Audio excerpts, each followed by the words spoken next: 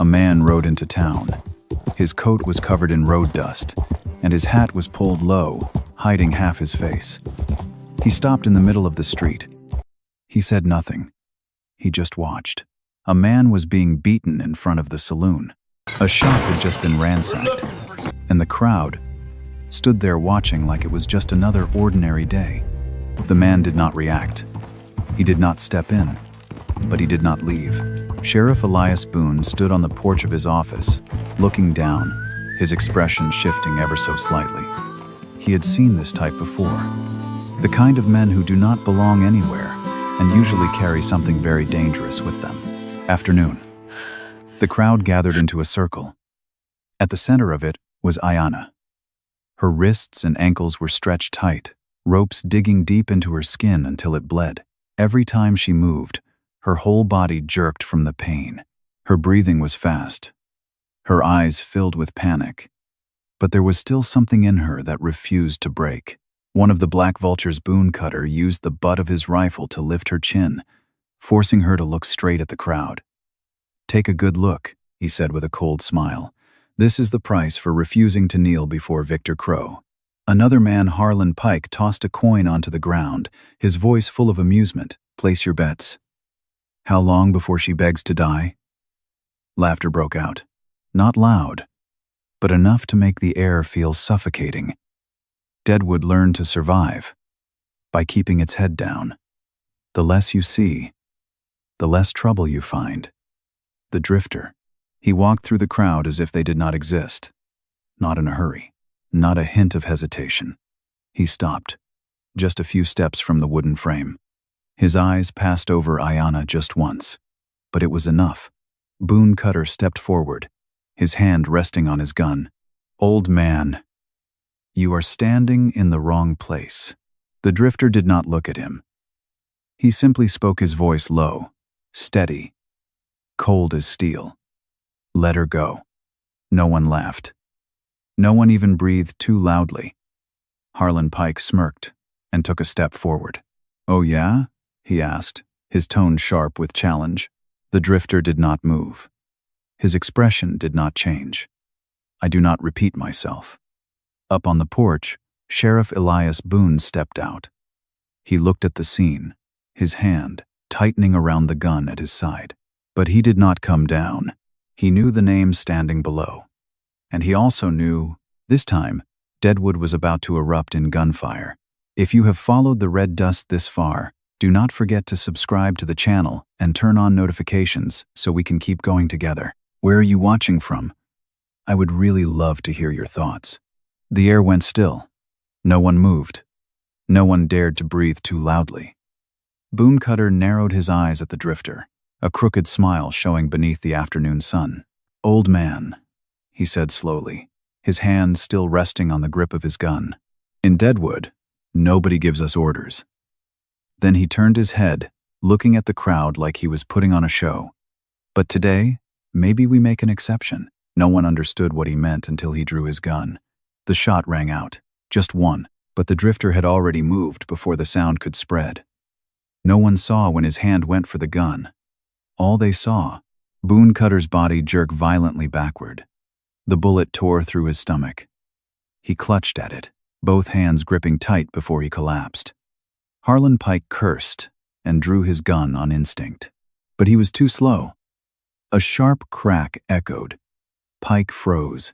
His eyes went empty. A small hole appeared in the center of his forehead. He dropped without ever pulling the trigger. 2 bodies. 2 bullets. Not a single wasted movement. The crowd stumbled back on instinct. A few people tripped and fell. No one dared to scream. They had never seen anything like that before. This was not a gunfight. This was an execution. A voice came from behind. "That is enough." The crowd parted once again. A man stepped forward, tall, thin, with eyes as cold as stone. Victor Crow, the leader of the Black Vultures. His gaze swept over the 2 bodies, then stopped on the drifter. "You just killed 2 of my men," Crow said. The drifter did not answer. He simply stood there, calm, as if nothing had happened. Crow gave a slight nod, as if making a decision. 5 o'clock this evening, he said. Right here in the middle of this street. He stepped closer, lowering his voice. I will kill you. In front of the whole town. Crow turned away. The rest of his men followed immediately, dragging that heavy silence with them as they left the street. The drifter holstered his gun. He walked up to the wooden frame. Ayanna was still trembling, her breathing uneven. He pulled out a knife and cut the ropes. She almost collapsed the moment she was free. He caught her firm but not rough. Can you walk? He asked. Ayanna did not answer, but she nodded. Without another word, the drifter helped her through the stunned crowd. They stepped aside. No one dared to look him in the eye anymore. In the distance, on the porch of his office, Sheriff Elias Boone was still standing there. This time, his hand was already on his gun. And he did not let go. The saloon doors of Martha Hale creaked open. Inside was darker than outside. The smell of whiskey, sweat, and tobacco hung heavy in the air. The scattered chatter quickly died down as the drifter stepped in, supporting a girl on the verge of collapse. Martha Hale, the only woman in Deadwood that even the black vultures treated with caution, looked up from behind the bar. Her eyes moved over Ayanna, then stopped at the deep rope marks carved into her skin. Lay her here, Martha said, her voice firm. No questions. No surprise. She had seen too much to be surprised anymore. The drifter placed Ayanna on a table near the window. Martha quickly brought water and clean cloth, starting to treat the wounds. Her movements were precise, efficient, the kind of control that came from someone who had worked on the edge of life and death. She is lucky to be alive, Martha muttered. Boone Cutter likes to drag things out. The drifter did not respond. He just stood there, silent. After a moment, he turned and walked out of the saloon. Not a word spoken. The sheriff's office sat across the street. The door opened. Sheriff Elias Boone stood behind his desk, his hand resting on his gun, but he did not draw. You came back sooner than I expected, Boone said. The drifter stepped inside, closing the door behind him. You let that happen, he said plainly. No raised voice, no accusation, just a fact. Boone clenched his jaw. You do not know what you are dealing with. I do, the drifter replied. And you do too. But you still stood there. For a long moment, Boone said nothing. Then he turned away and opened a drawer beneath the desk. He pulled out an old notebook. The cover was worn, the corners bent, the pages yellowed with age. He set it on the desk. 2 years, Boone said quietly. I have written everything down. Names, dates, the way they died. The drifter opened the notebook. The first page a name, the second page another name, and then more. A long list of people who would never get to speak again. They have my son, Boone said. He is 14 years old. His voice did not shake, but his eyes could not hold steady. The drifter closed the notebook. What are you waiting for? He asked. Boone looked up. Waiting for enough evidence. So when I move, no one walks away. The drifter gave a slight nod. Then today, you do not need to wait anymore. Boone frowned. Who are you? A brief silence. Then the drifter answered. Someone who once wore a badge and learned that sometimes the law arrives too late. Outside, the wind began to rise. The sun was slowly sinking lower. 5 o'clock was getting closer. And Deadwood, this time, there would be no turning back. Deadwood had never been this quiet. Not because it was peaceful, but because everyone was waiting. Doors shut, curtains drawn, eyes peered through narrow cracks, then quickly pulled back.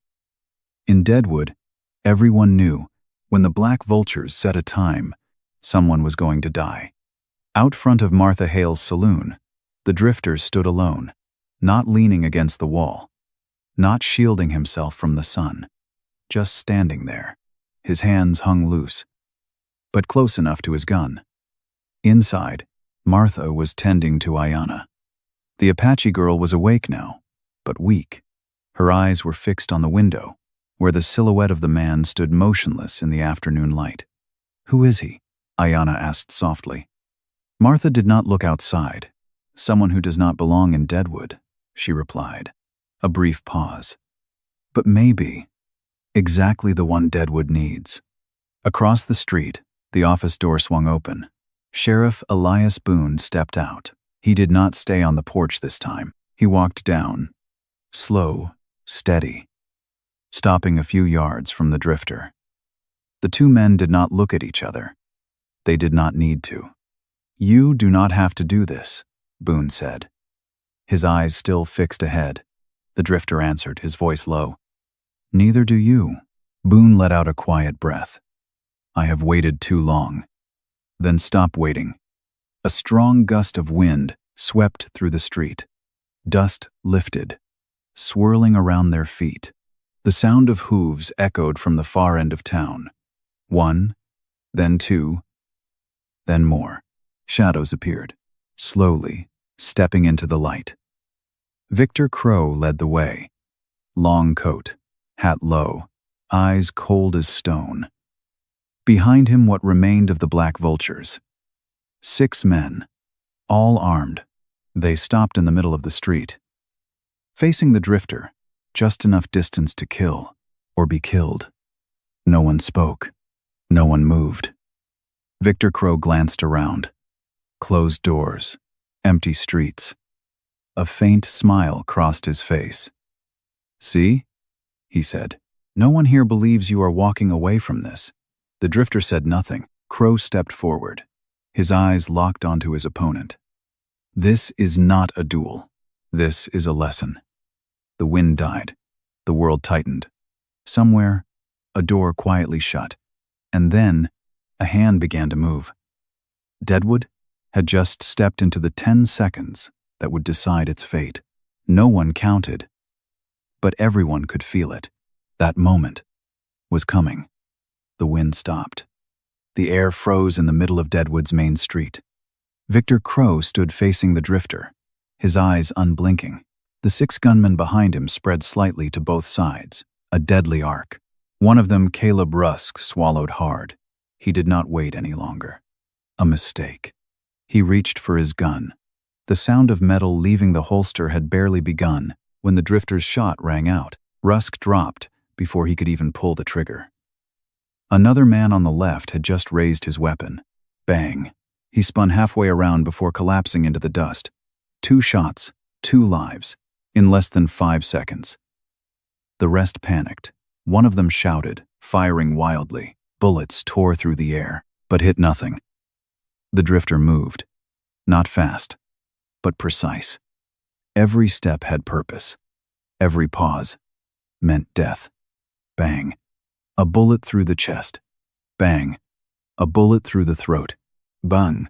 A bullet into the shoulder. The man turned and tried to run, but made it no more than 3 steps before dropping. Dust rose. Gun smoke slowly faded. Only one remained. Victor Crow. He stood there. Did not draw. Did not run. Just watched. A thin line of blood ran from his shoulder. The bullet had grazed him. Not fatal, but enough to remind him this was not a fight he controlled. The drifter stood a few yards away, his gun still in his hand, steady, unshaken. The silence stretched, longer than all the gunshots that came before it. Victor Crow smirked. "You," his voice rasped. "You are not just some ordinary man." The drifter did not answer. Behind him, footsteps echoed. Sheriff Elias Boone. He stepped into the middle of the street. For the first time, his gun was drawn and aimed straight ahead. At Victor Crow. "It is over," Boone said. His voice was low, steady. Crow glanced at him, then back at the drifter. A flicker of calculation, a flicker of hesitation. Then, he slowly let go of his gun. It fell to the ground. Deadwood remained silent. No cheers. No one rushed out from their porches. Only the wind moving through the bodies and the lingering smell of gun smoke. For the first time in years, Deadwood felt something unfamiliar, an emptiness, the kind left behind when fear finally lets go. Deadwood did not erupt after the gunfight. It fell silent. A different kind of silence. No longer fear, but not yet peace. The bodies of the black vultures still lay in the street. One by one, the townspeople stepped out from behind their closed doors, slowly, carefully. No one cheered. They only looked at the men who once forced them to bow their heads, now lying motionless in the dust. In the middle of the street, Victor Crow was on his knees, his hands raised, his face pale, but his eyes still there, cold, stubborn, unbroken. Sheriff Elias Boone stood in front of him. The gun in his hand did not shake. Not anymore. "Victor Crow," Boone said slowly, like reading a sentence that had waited far too long. "You are under arrest for murder, extortion, kidnapping, and conspiracy with organized crime." Crow let out a quiet laugh. A dry, hollow sound. "You think you have won, Boone?" Boone did not answer. He pulled out the cuffs, locked them around Crow's wrists. The sound of metal clicked, short, cold, final. An ending. But not for everything. 3 days later, Deadwood was no longer the same. Federal agents arrived. The United States Federal Marshal Office took over the entire case file Boone had been building in silence for 2 years. Every name, every date, every death. Nothing was buried anymore. The remaining members of the Black Vultures were hunted down. Victor Crow was taken away in iron cuffs. This time, he gave no orders. The town began to change. Shops reopened. Voices returned to the streets, but no one forgot what had happened. Inside the sheriff's office, Elias Boone stood alone. The old notebook still lay on the desk. Open to the final page. A new name. Boone closed the book. Slowly.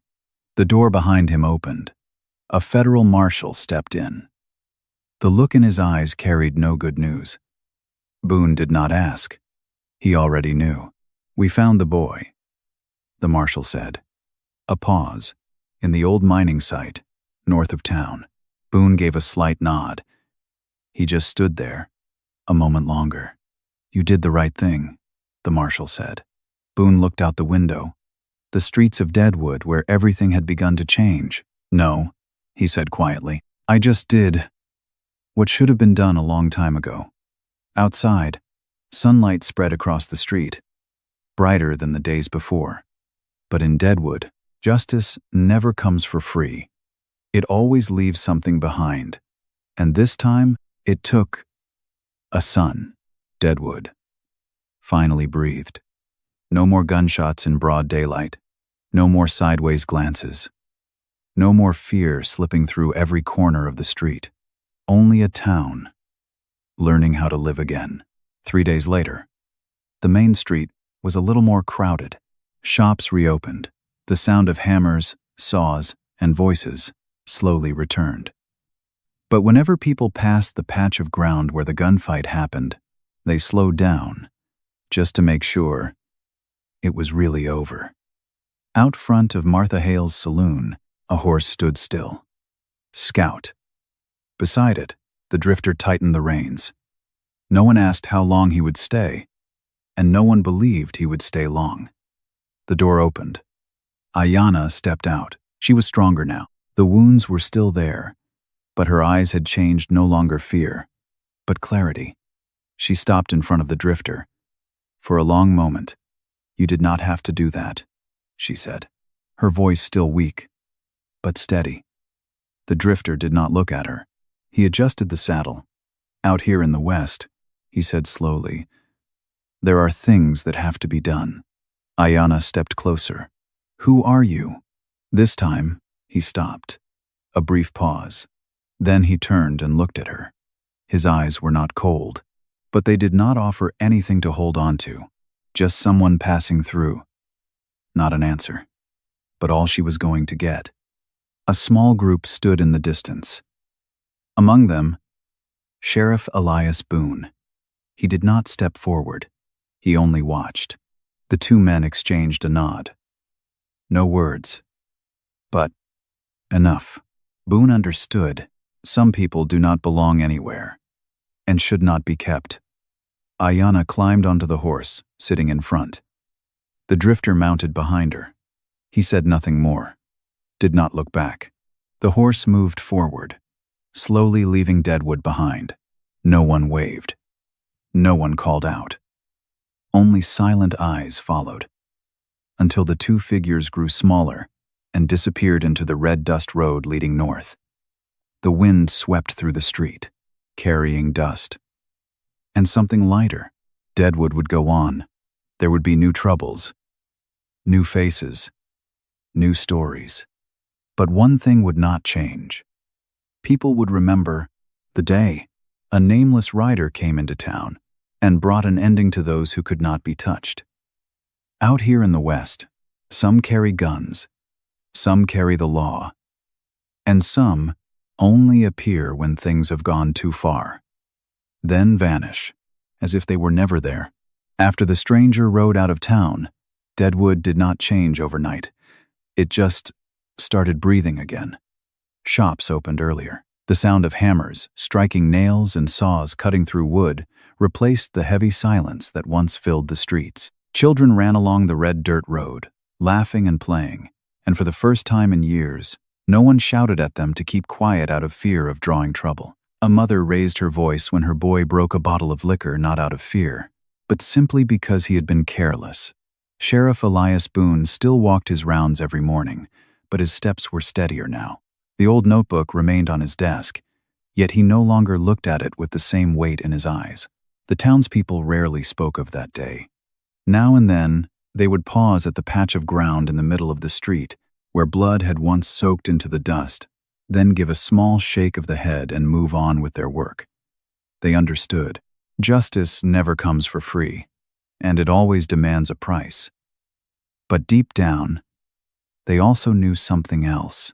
Sometimes, all it takes is one nameless rider to come into town, to stand in the middle of the street without backing down, to remind everyone that they still have a choice, not to bow their heads.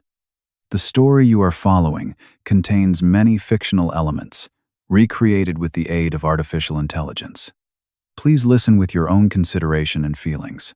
These fictional details are not intended to change history, but to evoke the spirit of the old Wild West, where people had to live amidst harsh conditions, make difficult choices, and accept the consequences. Through this story, I only hope to share some valuable lessons about compassion, love, and courage, things that remain relevant even as time passes. If this tale brought back a memory or two, I'd be glad to hear from you. Leave a number 1 inch the comments, and if it feels right, you're welcome to subscribe. I love you all, the esteemed audience of the best Wild West stories.